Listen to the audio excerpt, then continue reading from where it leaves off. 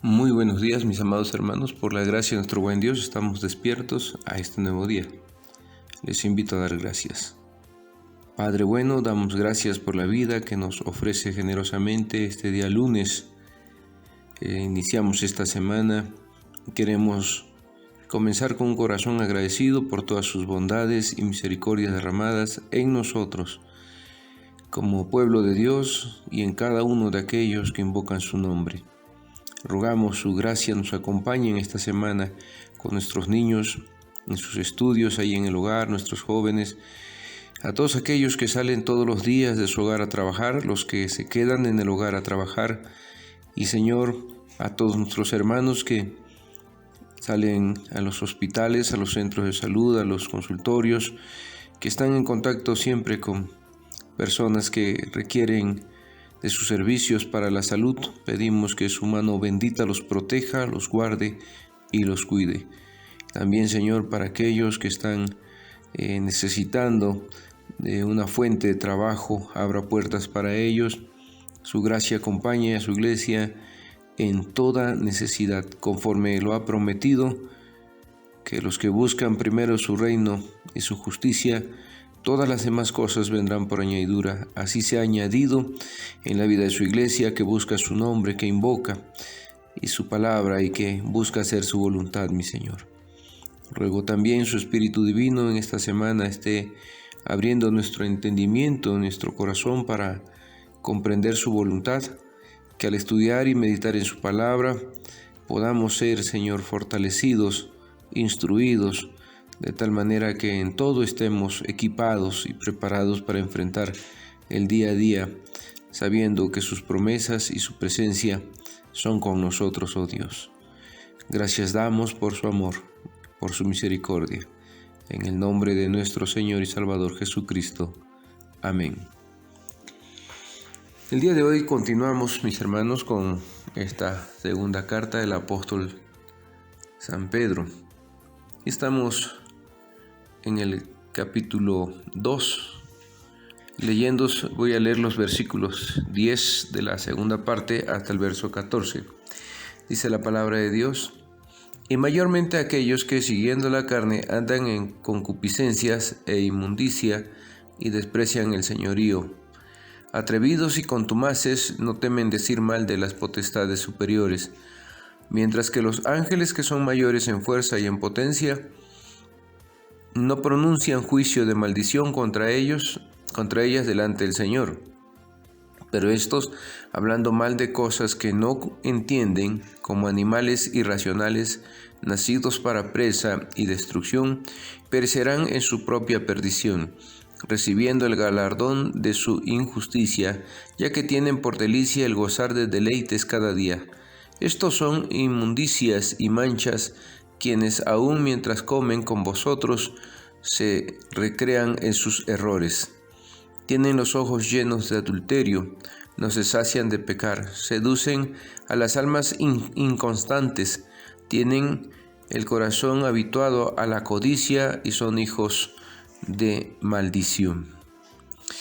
Vaya que si es fuerte lo que el apóstol San Pedro está diciendo acerca de estos falsos maestros. Prácticamente en esta sección el apóstol San Pedro se dedica en su escrito a desenmascarar a estos falsos maestros. Y nos deja ver en estos versículos del 10 al 14 algunas cosas importantes. Primero, que en la conducta de los falsos maestros se manifiesta su falta de respeto. Esto lo declara en los versículos 10 al 12. Hay una conducta irrespetuosa de estos falsos maestros. En segundo lugar, nos deja ver lo que está detrás de su conducta y lo que ellos enseñan, que es la motivación interna que tienen en sus corazones. Lo que ellos buscan es el goce, el placer. Así que en primer lugar son irrespetuosos y en segundo lugar ellos están en busca simplemente del goce. Esto está declarado en los versículos 13 al 14a. Son irrespetuosos porque son arrogantes. Eso nos lo declaran estos primeros versículos 10 al 12. Hablan, pronuncian, se declaran sobre cosas que ni siquiera conocen. Estos falsos maestros no respetan nada. Quiero leer estos versículos para ponernos en contexto. Dice el 10 en la segunda parte y 11 del capítulo 2 de Segunda de San Pedro. Atrevidos y contumaces, no temen decir mal de las potestades superiores, mientras que los ángeles, que son mayores en fuerza y en potencia, no pronuncian juicio de maldición contra ellos delante del Señor. En verdad esto es algo muy contextual, hermanos. Hay muchos grupos que hoy en día atan demonios, atan a Satanás, maldicen enfermedades, maldicen a Satanás y se vuelven irrespetuosos. Son personas ignorantes. La palabra central de este pasaje que nosotros le hemos leído es injuria. La palabra injuria se repite 3 veces. Los falsos maestros no tienen ningún respeto. Son osados y arrogantes. Pero de acuerdo al versículo 12, su fin será ignominioso. Dice, osados, arrogantes, no temen injuriar a los seres gloriosos cuando los ángeles superiores en fuerza y en poder no pronuncian contra ellos en la presencia del Señor ningún juicio injurioso. El cristiano se inclina con respeto ante la soberanía de Cristo, mientras que estos falsos maestros niegan que Cristo sea Señor. El hombre que vive delante del rostro de Dios, aquel hombre temeroso, tiembla ante los seres gloriosos, ante los malos espíritus, mientras que por otro lado los falsos maestros se consideran más fuertes que Satán y los malos espíritus. No que sea un asunto de tenerle miedo, sino que nosotros nos conducimos de manera respetuosa.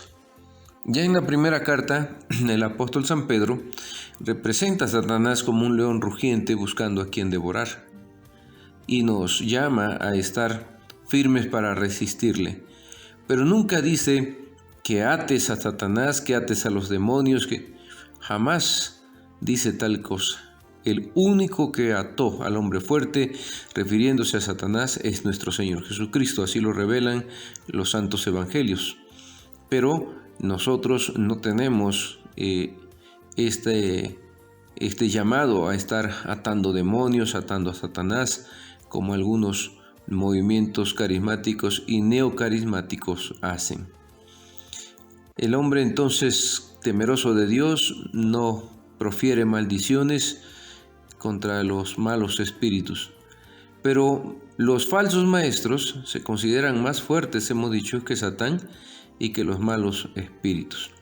Estos nuevos movimientos que tienen sus teologías de liberaciones de demonios y todas estas situaciones que ellos hacen, ungen casas con aceite, ungen a las personas, los liberan de demonios, ellos atan a Satanás, a sus demonios, a los espíritus y maldicen o condenan, cosa que ni los ángeles del Señor hacen. Los hombres y mujeres temerosos de Dios se inclinan ante las leyes y decisiones que el Padre tiene, mientras que los falsos maestros desprecian las leyes morales de Dios.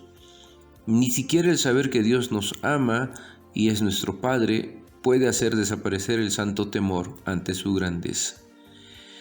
Hoy en día no menosprecio en nada, al contrario, uno anhelaría orar como oró nuestro Señor Jesucristo, con esa expresión, Abba Padre, Papito. Hoy muchos oran de esta manera, hablando de Dios Padre como un papito. Y está bien cuando se busca con todo el corazón, de manera temerosa, delante de Dios, vivir en santidad y agradándole a Él.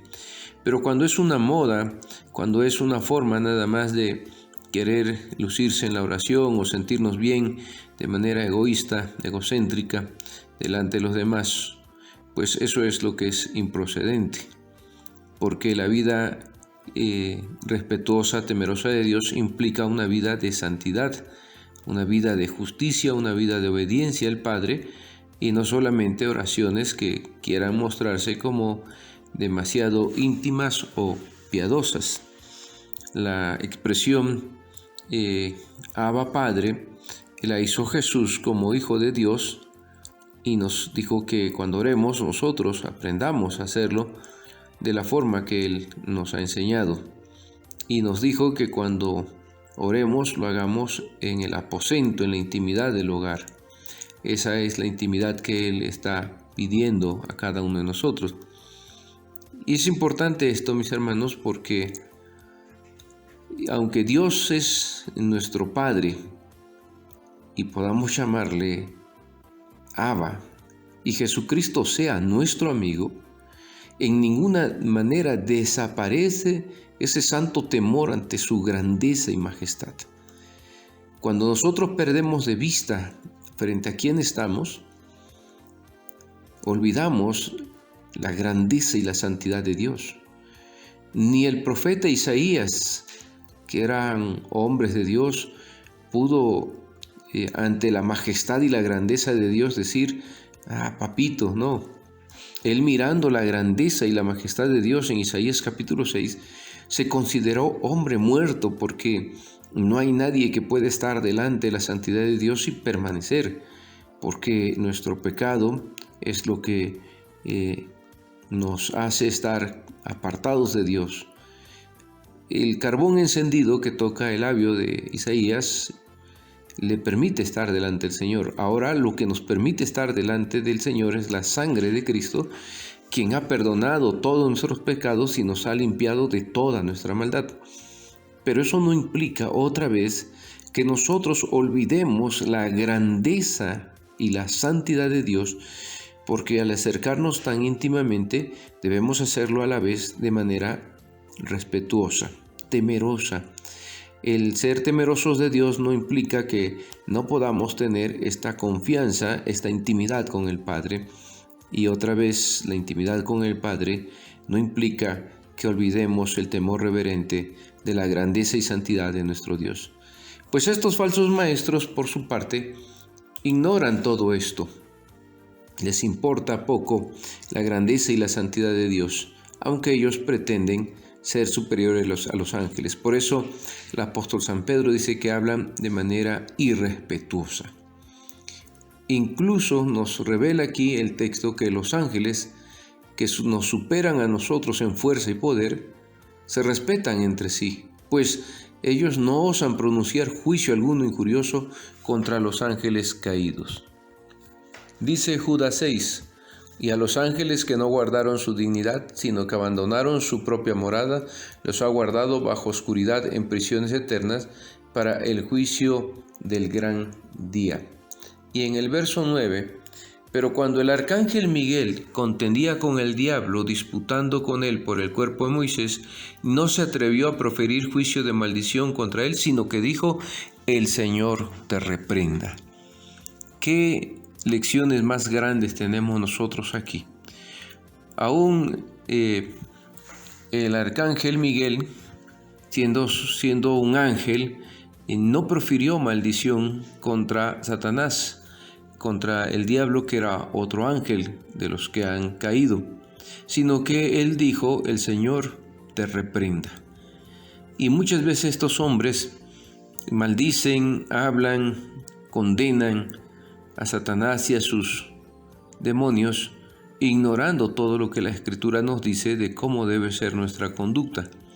Si el arcángel Miguel no profirió ningún juicio injurioso contra el diablo, con mayor razón, los que hemos sido comprados por Jesús debemos sentir temor ante las potencias celestiales y no creernos superiores a ellas. Esto no quiere decir que tengamos miedo, sino que ubiquemos el lugar que tiene cada uno de los que han sido creados. Satanás y sus demonios efectivamente han sido derrotados. Colosenses 2:15 nos dice, y despojando a los principados y a las potestades, los exhibió públicamente, triunfando sobre ellos en la cruz. El creyente vive seguro en la victoria de Cristo, pero no le corresponde injuriar, ni maldecir, ni decir ninguna palabra en contra de Satanás, porque lo único que ha de decir es, escrito está, o el Señor te reprenda.